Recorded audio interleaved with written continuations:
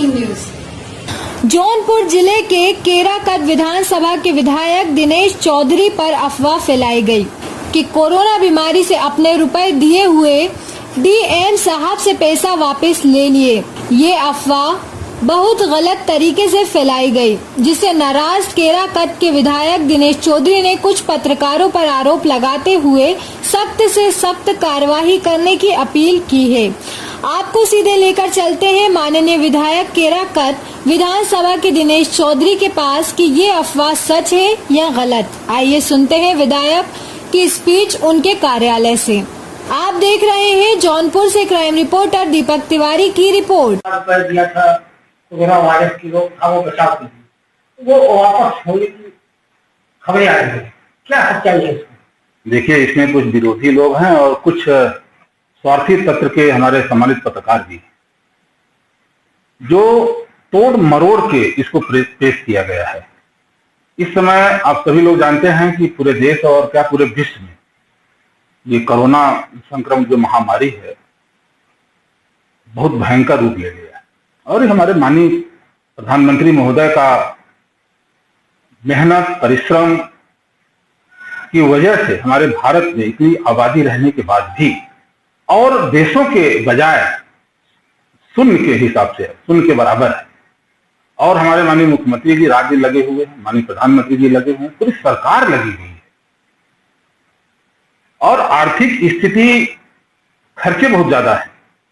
तो ये 10 लाख रुपया हम शुरू में करीब 24/3/2020 को हमने दिया कि हमारे तरफ से भी कुछ हमारे विधानसभा में लग गया।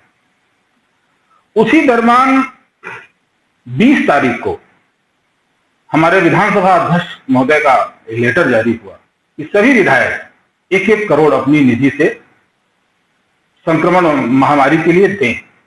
हमने 1 करोड़ दे दिया। उसके बाद कुछ ही दिन में माननीय मुख्यमंत्री महोदय के द्वारा ये निर्देश जारी किया गया कि सभी हमारे विधानसभा सदस्य, विधानमंडल के सदस्य 1 साल की पूरी निधि 3 करोड़ और 30% सैलरी को मतलब रोक दिया गया, आदेश जारी कर दिया गया। तो मैंने माननीय मुख्यमंत्री महोदय को एक फेसबुक के माध्यम से लिखा कि मैं आपके इस निर्णय का बहुत स्वागत करता हूं और धन्यवाद देता हूं। हमारी 2 साल की और जो सैलरी है, अगर आपका आदेश होगा तो मैं अपने 2 साल की सैलरी को इस कोरोना महामारी बीमारी के लिए दे दूंगा। देश है तो हम हैं, पहले तो हमको अभी देश को बचाना है। देश है तो हम हैं, लेकिन कुछ स्वार्थी तत्व के लोग इसको तोड़ मड़ोड़ के अनायास भ्रामक फैलाया जा रहा है। मेरी परसों बात हुई, एक अब्दुल हक अंसारी हमारे विधानसभा में हैं, जो दैनिक जागरण से निकाले गए हैं और अभी अमर उजाला में है। हमारी उनकी बात हुई तो उन्होंने पूरी बात को रिकॉर्ड किया है। सारी बात मैंने उनको बताया, उनके रिकॉर्ड में भी होगा।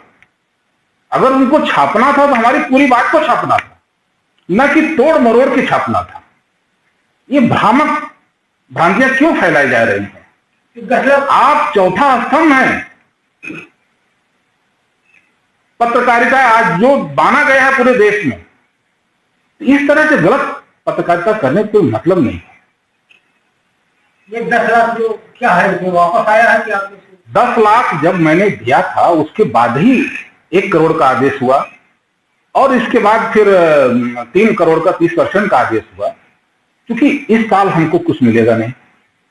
और हमारी जनता कभी बीमारी के लिए, कि दवा के लिए, कभी नाली के लिए मुसीबत आएगी तो जो हमारे पास 10 लाख रहेगा तभी तो हम कुछ कर पाएंगे।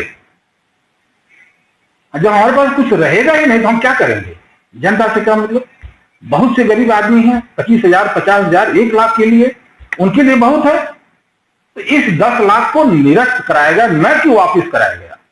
और ये जो निधि है, खर्च हम लोग जरूर करते हैं, लेकिन इसकी मॉनिटरिंग प्रशासन करता है। सारा रिकॉर्ड प्रशासन के पास होता है, न कि हमारे घर में आ रहा है। जैसे हमारे अंसारी साहब सोचे होंगे कि हम 10 लाख अपने घर में रख लिए, तो ये उनकी भूल है। इसका मतलब वो सही पत्रकारिता नहीं कर रहे हैं। केवल मेरा सिंगल आदमी से बात हुई है पत्रकारों में से। इस तरह से गलत अफवाहें नहीं उठाना चाहिए।